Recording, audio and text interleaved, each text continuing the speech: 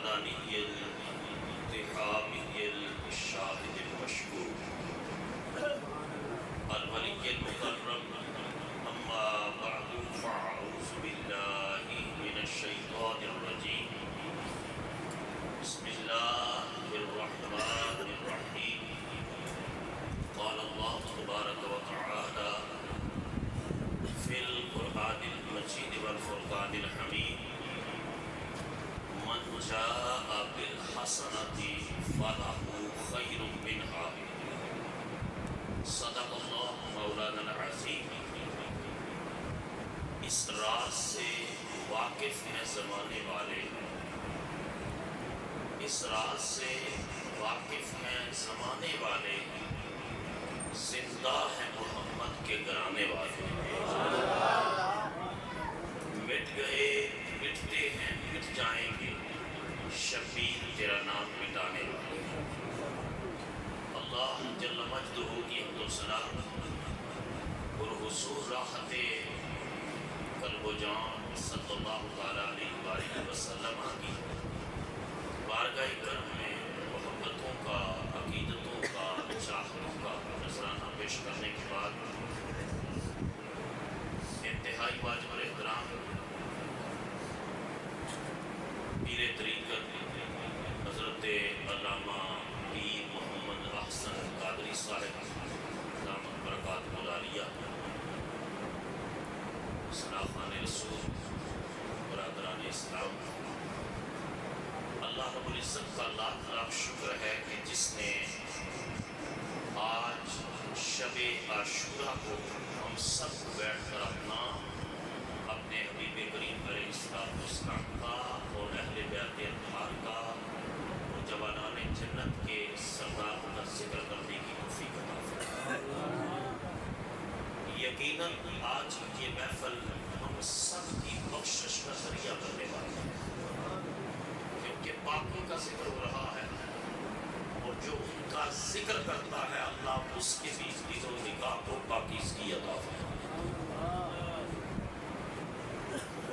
یہ واقعہ کربلا تو بہت بعد میں جا کر ہوا، لیکن آج کی جو رات ہے نا، یہ ازل سے جب سے انسانی تاریخ ہے آدم علیہ السلام سے لے کر کے آج تک ہر دور میں جو عاشورہ کی رات ہے، 10 محرم کی رات، یہ برکتوں والی، عزتوں والی، خیر والی اور آسانیاں تقسیم کرنے والی ہے،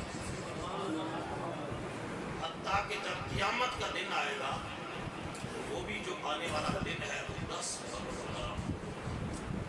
اس وجہ سے اس کے روزے کے اوپر بھی فوکس کیا گیا، زور کیا گیا کہ جو اس کا روزہ رکھے گا اللہ اس کو سال بھر کے روزوں کا ثواب عطا فرمائے گا۔ اور پھر رات بھی عزت عطا کرنے والی، برکت والی، عبادت والی، دعاؤں کی قبولیت والی، اور پھر ذکر ان کا جن کے ذکر کے بغیر نماز مکمل نہیں ہوتی۔ کسی شخص نے علامہ اقبال سے کہا کہ کچھ علماء نے فتویٰ دیا ہے کہ نماز کے اندر حضور کا خیال آ جائے تو نماز نہیں ہوتی۔ علامہ بڑے جلال میں آ گئے، انہوں نے کہا تو کہنے والا نادان ہے کہ جس میں حضور کا خیال آئے تو نماز نہیں ہوتی۔ اقبال نے کہا میں تو یہ کہتا ہوں یا رسول اللہ صلی اللہ علیہ وسلم شوق تیرا کرتا ہو، میری نماز کا امام، میرا قیام بھی حجاب ہے، میرا سجود بھی حجاب ہے۔ تو جب آپ نماز پڑھتے ہیں، اتحیات بیٹھتے ہیں، السلام علیکہ ایھا النبی، سارے بات بولو، السلام علیکہ ایھا النبی، اے نبی علیہ السلام آپ پر سلام ہو۔ تو جب آپ اتحیات پڑھتے ہوئے یہ کہیں گے، اگر آپ کو نماز کا ترجمہ پتا ہے تو پھر خیال کس کا آئے گا؟ کمری والے کا آئے گا۔ میں ایک مرتبہ حضور سیاہ احمد حضرت جسٹس پیر محمد کرم شاہ ناظری رحمۃ اللہ تعالیٰ علیہ کے حجرے میں آپ کے پاس بیٹھا ہوا تھا اور آپ نے امام غزالی رحمۃ اللہ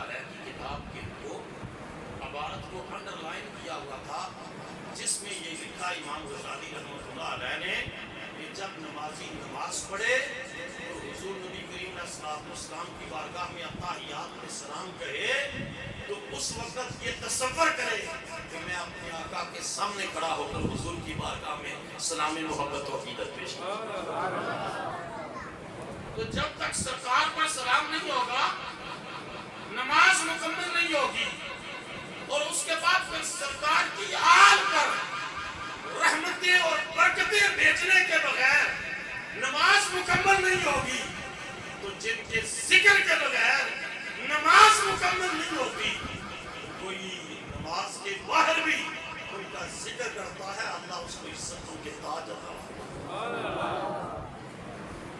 یہ تو قرآن مجید کی آیت کریمہ میں نے آپ کے سامنے پڑھی نا. من جاء بالحسنہ فلہ خیر منہا. جو قیامت کے دن ایک نیکی لے کر آئے گا وہ سارے کتنی ایک نیکی لے کر آئے گا. دو آیتیں ہیں اس مضمون سے لے کر قرآن حکیم کے اندر. اس آیت میں فرمایا فلہ خیر منہا. اللہ اس کی نیکی کے برابر اس کو اجر نہیں دے گا. برابر اجر دینے والا تو عادل ہو گیا نا, عدل کرنے والا. تو اللہ نے تو جہاں بھی اپنا تعارف کروایا ہے واللہ ذو الفضل العظیم. میں عدل کرتا ہوں لیکن میرا تعارف یہ ہے میں فضل والا. تو اگر صرف نیکی کے برابر اجر ہو تو پھر تو عدل ہو گیا. اور اللہ فضل والا ہے. اس آیت میں فرمایا جو نیکی لے کر آئے گا اس کی نیکی سے بڑا بہتر اجر میں اس کو دے گا. دوسری آیت میں فرمایا عشر امثالھا. 10% سے اس کو ملٹی پلائی کر دیا جائے. سورہ بقرہ میں ایک آیت آتی ہے فرمایا کہ اس کو 700 گنا تک. اور اس کے آگے فرمایا واللہ یضاعف لمن یشاء. نیکی ایک ہے مگر اللہ کہتے ہیں میں 700 ٹائمز اس کو بڑھا دیتا ہوں. اور کہا یہ تو تمہارے سمجھانے کے لیے کہا جس کی نیت زیادہ خالص ہو, جس کے دل میں محبت اور ذوق و شوق کے ساتھ کر رہا ہے اللہ اس سے بھی بڑھا دے گا لمن یشاء جس کے لیے چاہتا ہے کیونکہ وہ دلوں کے رازوں کو جانتا ہے. کہ کون سا بندہ کون سا عمل کس نیت اور کس اخلاص اور کس لہریت کے ساتھ ہے. تو مولا کائنات سیدنا شیر خدا کی مجلس سجی ہوئی ہے. آپ نے فرمایا کہ اس آیت کریمہ کے اندر حسنہ سے مراد کیا ہے. آپ کے شاگرد ہیں امام ابو عبداللہ وہ بیان کرتے ہیں کہ مجھے فرمایا جانتے ہو اس میں حسنہ کیا ہے. میں نے عرض کی حضور میں کیا عرض کروں. باپ مدینہ العلم تو آپ ہیں, شہر علم نبوت کا جو شہر ہے رسول اللہ صلی اللہ علیہ وسلم کے علم کا جو شہر ہے جس میں حضور نے فرمایا آنا مدینہ العلم وعلی بابها وفی روایت انا دار الحکمت وعلی بابها. فرمایا میں علم کا شہر ہوں اس کا دروازہ علی ہے. دوسری جگہ فرمایا میں حکمت اور دانائی کا شہر ہوں اس کا دروازہ علی.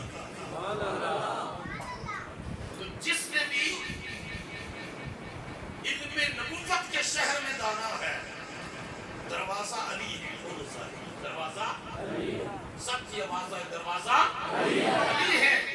تو علی المرتضیٰ کے بغیر مصطفیٰ تک نہیں پہنچا جا سکتا اور مصطفیٰ کے بغیر خدا تک نہیں پہنچا جا سکتا. تو ابو عبداللہ نے کہا حضور آپ باب مدینہ العلم ہیں, آپ فرمائیں اس آیت کریمہ میں حسنہ سے بات کیا ہے.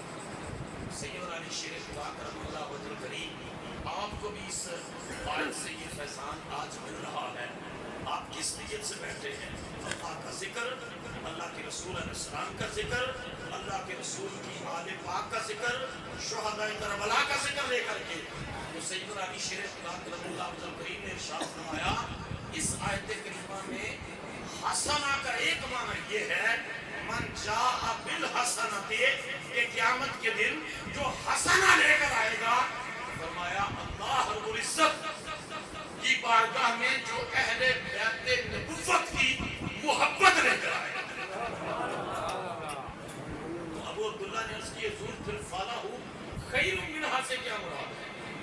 آیت کا آدھا حصہ سمجھ آ گیا کہ جس کے دل میں آل رسول کی اہل بیت نبوت کی محبت ہے اس کو خیر کیا ملنے والی ہے؟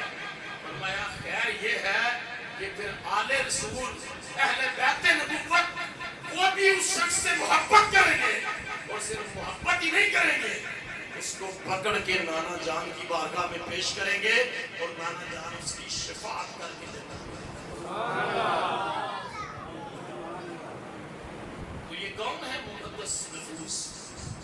جب یہ نجران کے عیسائیوں نے حضور نبی پاک علیہ السلام سے گفتگو کے لیے آئے، نبی پاک علیہ السلام نے اپنی مسجد نبوی کے دروازے کھول دیے۔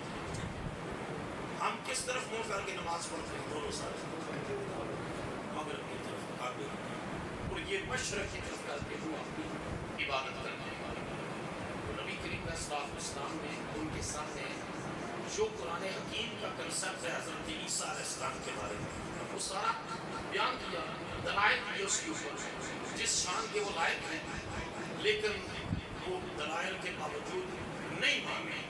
3 دن گفتگو ہوتی رہی، وہ نہیں مانے۔ اس کے بعد فرمایا اگر علم اور دلیل کی قوت نہیں مانتے تو آپ پھر مبالغہ کرتے ہیں، اس میں جو سچا ہوگا وہ خدا کی رحمت کا مستحق قرار پائے گا، جو جھوٹا ہوگا اس کا کذب ظاہر ہو جائے گا۔ اس وقت قرآن حکیم کہتا ہے کہ اللہ کا پیغام آیا، اے نبی کو کہہ دو ہم اپنے نفوس لے آتے ہیں، تم اپنے نفوس لے آؤ، ہم اپنے بیٹے لے آتے ہیں، تم اپنے بیٹے لے آؤ۔ مصطفیٰ کریم حضرت علی کو، سیدہ زہرا فاطمہ الزہرا کو، امام حسن کو، حسین کو لے کر گئے۔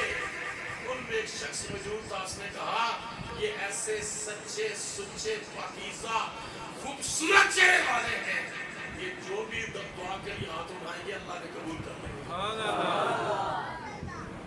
تو جہاں علم اور دلیل کی قوت کام نہ آئے وہاں کامل کا چہرہ کسی کو سیدھے راستے پر چلا دیا۔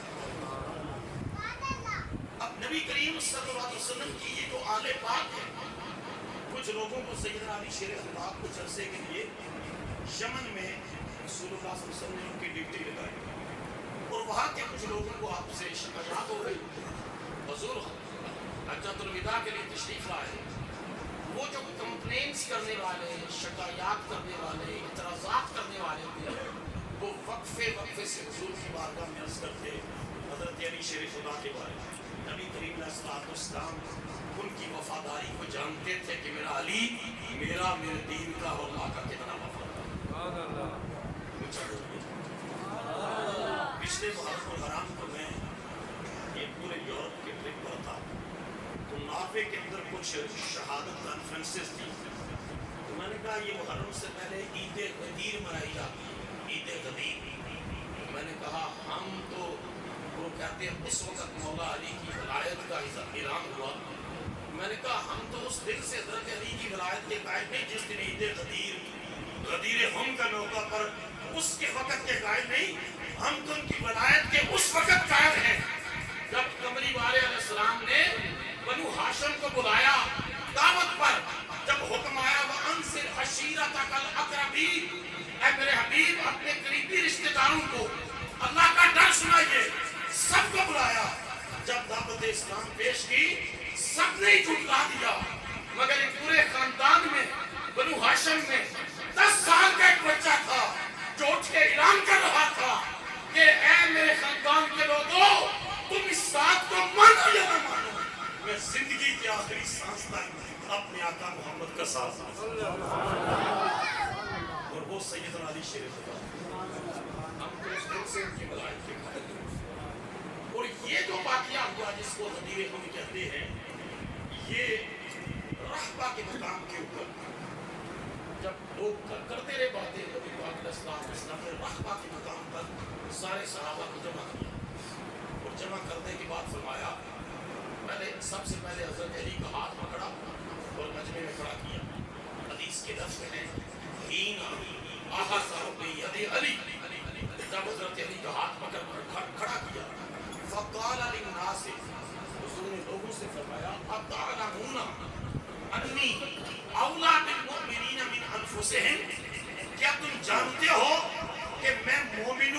جانوں سے بھی زیادہ ان کے قریب ہے. یہ قرآن مجید کی بات ہے. النبی اولا بالمؤمنین من انفسہم. قرآن حکیم کہتا ہے کہ مومن کی جان اس کے اتنے قریب نہیں ہے جتنا اللہ کا رسول اس کے قریب ہے. اس قرب کا اندازہ لگانا ہو نا تو وہ حدیث پاک پڑھیے. حضور نے جب ارشاد فرمایا تھا کہ اگر جو ہے وہ کوئی فوت ہو جائے میرے صحابہ میں اور اس کو ترکہ چھوڑ جائے, وراثت چھوڑ جائے, تو وہ وارثوں کے لیے ہے. اگر وہ قرضہ چھوڑ جائے تو میں محمد ادا کروں. اس سے بڑھ کر قرب, شفقت, محبت, رحمت, رافت کا اور اظہار کیا ہو سکتا ہے کہ کسی کا باپ اس سے اتنا پیار نہ کرتا ہو اتنے کملی والے آقا اپنے امتی سے. حضور نے اقرار کروایا کہ جانتے ہو میں مومنوں کی جانوں سے بھی زیادہ ان کے قریب ہوں. قالوا نعم یا رسول اللہ. وہ کہتے ہیں یا رسول اللہ, بلا یا رسول اللہ, یا رسول اللہ کیوں آپ ہماری جانوں سے بھی زیادہ قریب ہیں. یہ اقرار کروانے کے بعد پھر نبی پاک علیہ السلام نے فرمایا پر سن لو, من کنت مولا ہو فہذا علی مولا. سن لو جس کا میں مولا ہوں اس کا علی مولا. جس کا میں مولا ہوں اس کا علی مولا ہے. تو پھر اس طرح دعا کے لیے ہاتھ اٹھایا آسمانوں کی طرف. فرمایا علی بن متفاق پر اعتراض کرنے والوں سنو, اللہم والی من والاہو وعادی من عاداہو. اے اللہ جو میرے علی سے محبت کرے اللہ تم بھی اس سے محبت کرے. وعادی من عاداہو, جو علی سے اناد رکھے, نفاق رکھے, بغض رکھے, دشمنی رکھے, گھٹن رکھے, اندر جو ہے وہ ان کے بارے میں برے تصورات رکھے, ان کی دشمنی کا تصور کرے, اے اللہ تو بھی اس کا دشمن بن جا. تو مصطفیٰ نے فرمایا علی سے پیار کرنے والا یہ حقیقت میں خدا سے پیار کرنے والا. اور آج کی محفل اس بات کا اظہار ہے.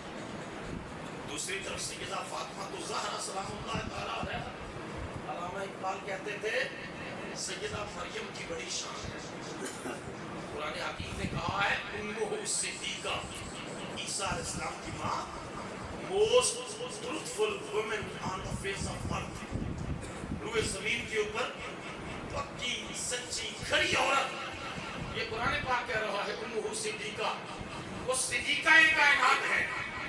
تو علامہ اقبال کہتے ہیں ہم ان کی عظمت کو سلام پیش کرتے ہیں کہ وہ صدیقہ کائنات ہے حضرت سیدہ مریم سلام اللہ تعالی علیہا. لیکن اقبال کہتے ہیں ان کے پاس صرف ایک نسبت ہے کہ وہ حضرت عیسیٰ کی ماں ہے. کہتے ہیں سیدہ فاطمہ کی طرف چلے جائیں تو 3 نسبتیں ہیں. ان کے بیٹے جنت کے جوانوں کے سردار, ان کے شوہر نامدار, امت کے اولیاء کے تاجدار, اور ان کے بابا جان ساری کائنات کے تاجدار ہوئے. اقبال کی بات کرے تو اقبال تو یہاں تک کہتا ہے امام عاشقہ پورے بطول سروے ازادے سے بستان رسول اللہ اللہ وائے بسم اللہ پدر مانا ذبح عظیم آمد پسر. اقبال کہتا ہے کہ میں امام حسین کی بارگاہ میں محبتوں کا کون سا انداز اور کون سا خراج پیش کروں. اے حسین تیرے تو باپ کا دین میں وہ درجہ ہے جو بسم اللہ کے اندر باپ کا درجہ ہے. کہتے ہیں حضور کے گلستان کا, گلشن رسالت کا, حضور کے خاندان کے گلستان کا جو سب سے اونچا پودا ہے نا اس کا نام حسین ابن علی ہے. اور پھر اقبال کہتے ہیں سرخرو عشق غیور از کونے ہو شوخ یہ ای مصرا بس مضمونے ہو. اقبال کہتا ہے غیرت مند خون اور غیرت مند عشق کے اندر جو سرخی آئی ہے وہ حسین کے خون کے صدقے ہے. اگر حسین کا خون نہ ہوتا کوئی کسی چاپر کے سامنے کھڑا نہ ہو سکتا. آج کشمیر کے نہتے 10 سال کا بچہ ہندو